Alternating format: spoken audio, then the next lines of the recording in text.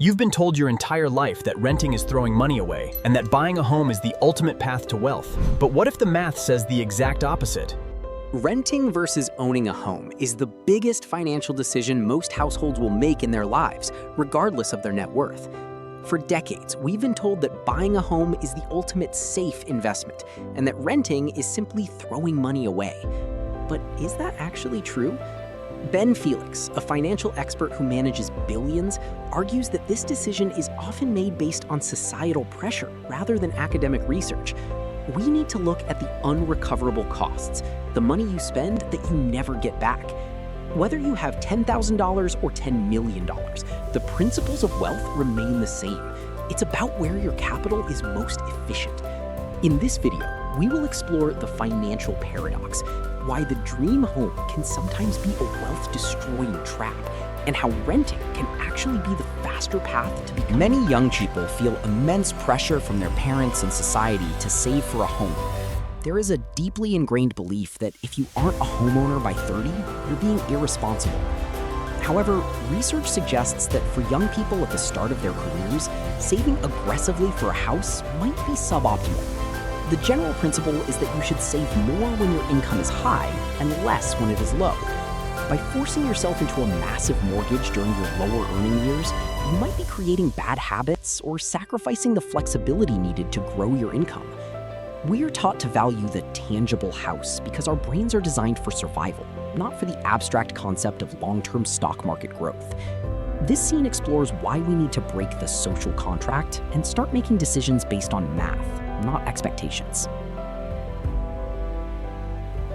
Felix's approach to finance is different because he started with a degree in mechanical engineering. In engineering, you look for the most efficient solution based on data.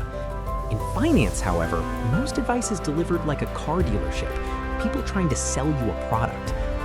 Real estate agents and banks are incentivized to get you to buy, but they rarely discuss the leaks in the bucket. To find the truth, we have to look at academic literature, very smart people who have spent lifetimes studying how markets actually work. When you look at a house as an engineer, you don't see a dream. You see an asset with high transaction costs, low liquidity, and constant maintenance requirements.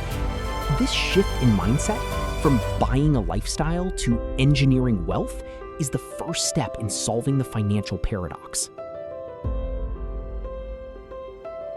There is a provocative concept in finance. Louer is pour les riches, acheter is pour les pauvres. While this sounds counterintuitive, it highlights how the wealthy view capital. For someone with a high net worth, liquidity and mobility are often more valuable than home equity. Renting allows them to keep their millions invested in the stock market, an asset class that has historically far outpaced the growth of home prices. A primary residence is essentially an asset that funds your housing consumption. It pays you a dividend of not having to pay rent, but it doesn't necessarily make you richer compared to a diversified stock portfolio. By renting, you outsource the headaches of maintenance and taxes to a professional, freeing up your time and capital to build real wealth. Why is investing so hard for us? It's because our brains are designed for survival, not for long-term abstract concepts. When we see our stock portfolio drop by 5%, our prehistoric brain reacts as if we are under physical threat. This makes the stock market feel incredibly risky, even though for long-term investors, stocks are much safer than people think. We gravitate toward houses because we can touch them. They feel safe in a way that invisible index funds do not. However, this psychological bias often leads us to make poor financial choices. To be a successful investor, you have to ignore the stuff that happens in between and focus on the decades-long horizon. This scene explains how to override your survival instincts to embrace the solved game of index investing. One of the most counterintuitive findings in finance is that the more people look at their investments, the lower returns they earn. An academic paper shows that looking at your portfolio every day makes the market seem more volatile and stressful, causing people to take less risk and sell at the wrong times. For a buy and hold investor, the daily noise is irrelevant. Felix tells the story of his fiancée, who is a great investor because she always forgets her password. By the time they reset it 4 years later, her investments have grown significantly without any stress or interference. The best strategy is often to lose the password and let compounding do its work while you focus on living your life. Wealth alone does not lead to a good life. To set high-quality financial goals, we use the PERMA Model from positive psychology. This includes positive emotion, enjoying your day, engagement, getting into a state of flow, relationships, meaning, and accomplishment. When you set goals, don't just say, "I want to be rich." Instead, double your list to force yourself to think harder about what really matters. Does buying a Ferrari actually contribute to meaning or relationships? Probably not, unless you use it for engagement at a racetrack. If a financial goal doesn't fit into one of the PERMA categories, it might just be the hedonic treadmill, a purchase that feels good for 2 days but adds nothing to your long-term flourishing. Academic research categorizes people into 2 spending profiles: tightwads and spendthrifts. Tightwads feel actual pain of paying, emotional distress when spending money. Spendthrifts feel very little pain and often regret their purchases later. Interestingly, tightwads and spendthrifts are more likely to marry each other, which leads to significant marital conflict over money. If you want to build wealth, but your spouse wants to spend today, your goals will clash. Understanding where you fall on this scale and where your partner falls is more important for your financial success than picking the right stock. We should aim to be unconflicted, balancing saving with the ability to enjoy the fruits of our labor without guilt. To compare renting and owning, we must look at unrecoverable costs. For a renter, this is easy. It's the rent. For an owner, it's much more complex. First, there is mortgage interest, the rent you pay to the bank for the use of their money. You don't get those dollars back.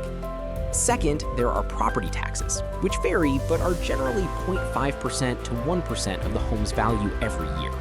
These are pure expenses paid for utilities and services. People often say mortgage payments are lower than rent, but once you add interest, taxes, and maintenance, the cost of owning is often far more than the mortgage payment. This scene breaks down why the monthly payment is a lie that obscures the true cost of ownership. Maintenance is the cost people underestimate the most. While many budget 1% of the home's value for repairs, academic literature suggests it could be over 2%. As a homeowner, things are always breaking, from the gardening to the pool pump to a foundation crack. These costs are not just financial, they involve a massive coordination cost in terms of your time. Then there are emergency costs, which require you to keep liquid cash in a bank account rather than invested in the stock market. If you were renting, these repairs would be the landlord's problem, not yours. This scene highlights why the annoying one, maintenance, is often the factor that tips the scale in favor of renting. The largest unrecoverable cost of owning a home is one you can't see: opportunity cost. Any equity you have in a home is money that is not invested in the stock market. Historically, home prices increase roughly at the rate of inflation, but stocks far outpace inflation. By having your down payment and monthly equity trapped in a house, you are missing out on the 7% average returns you could earn in a diversified index fund. This 3% to 4% difference in returns is a massive hidden cost of owning a home. Over 40 years, that $10,000 you saved in your house could have been $150,000 in the market. This explains why your home equity is often working much less hard than your stock portfolio. How do you know if you should rent or buy? Use the 5% rule. This rule of thumb combines the 3 main unrecoverable costs: 1% for property taxes, 1% for maintenance, and 3% for the cost of capital/opportunity cost. To use it, multiply the price of the home by 5%, then divide by 12. For a $300,000 house, the result is $1,250. This means if you can rent an equivalent home for $1,250 or less, renting is the better financial decision. This simple math cuts through the emotion and gives you an indifference point. While factors like tax planning in different countries can shift the numbers, the 5% rule remains the best back-of-the-envelope guide for your biggest financial decision. Especially for young people, your most valuable asset isn't your bank account. It's your human capital, your ability to earn income in the future. You can increase the value of this asset through formal education, gaining new skills, or becoming an entrepreneur. Unlike your reputation or network, which can be lost in a career earthquake, your knowledge and skills can almost never be unfilled. A common mistake is prioritizing a house bucket over a skills bucket. If you focus on filling your knowledge and skills when you were young, your lifetime earnings will naturally land you where the market values your rarity. This seeing reframes wealth as something you carry within you, not something you live inside. To maximize your income, you need a rare and complementary stack of skills that the market values. For example, a general writer might earn $50,000, but a biotech writer who understands complex science can earn $250,000, a 5x increase just by selling their skills to the right market. Ben Felix combined engineering with finance and then added the rare skill of making YouTube content. This combination makes him one of 100 on planet Earth, which significantly moves him up the earning ladder. It's not just about how hard you work, it's about how rare your skill stack is and whether you are selling it in an industry that can afford to pay for it.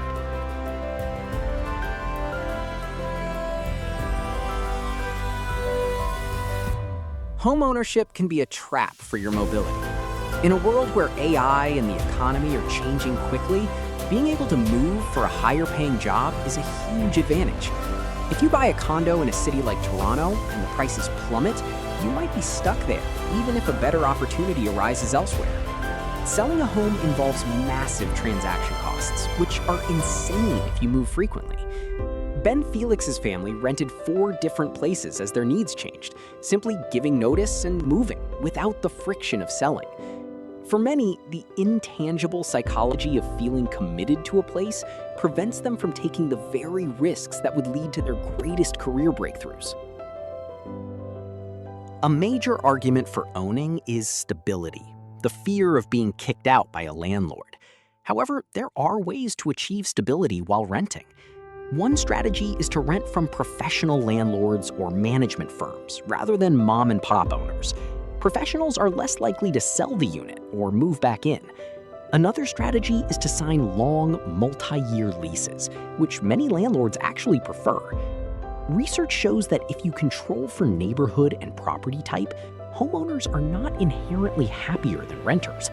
If you are a professional renting a nice house in a nice neighborhood, you can have a healthy environment and profound psychological impact without the unrecoverable costs of debt.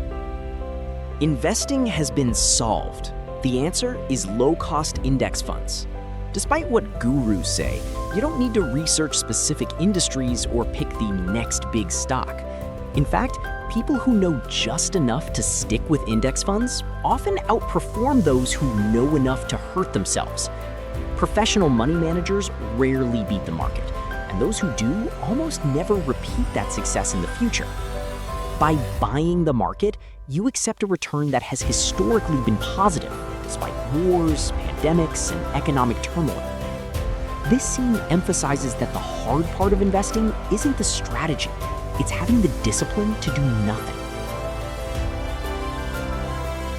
One of the most controversial findings in finance suggests that a 100% equity portfolio might be optimal for long-term investors. Conventional wisdom says to move into safe bonds as you get older, but a study of 1 million hypothetical lifetimes found that bonds can be riskier than we thought because they get decimated by inflation. The optimal mix was found to be roughly 1/3 domestic stocks and 2/3 international stocks. This provides diversification against problems in your home country. While this extreme finding is met with controversy, it suggests that for those who can handle the volatility, a pure global stock portfolio is the most powerful engine for wealth. Hoarding cash is a risk in itself. Because of inflation, keeping money under the mattress means you are guaranteed to lose purchasing power. At just 3% inflation, $10,000 becomes worth only $5,336 in 20 years. You are effectively losing half your money. Central banks target inflation, meaning the system is designed to devalue your stagnant cash. To fight this, you must participate in the stock market, which has historically far outpaced inflation. This scene reminds viewers that safety in cash is an illusion. Real safety comes from owning productive assets that grow with the global economy. Becoming rich is simple, but it isn't easy because your psychology will fight you every step of the way. Stop worrying about the things you can't control, like the daily market noise or the perfect time to buy a house. Instead, focus on what you can control: your savings rate, your tax planning, your human capital, and your goals. Whether you choose to rent or buy, make the decision with your eyes open to the unrecoverable costs. Understand that your home is consumption, but your index funds are your freedom. If you can stick to a diversified global portfolio and lose the password, you will likely end up wealthier than any stock picker or lucky homeowner. Knowledge is power. Now you have the data to solve the financial paradox for yourself.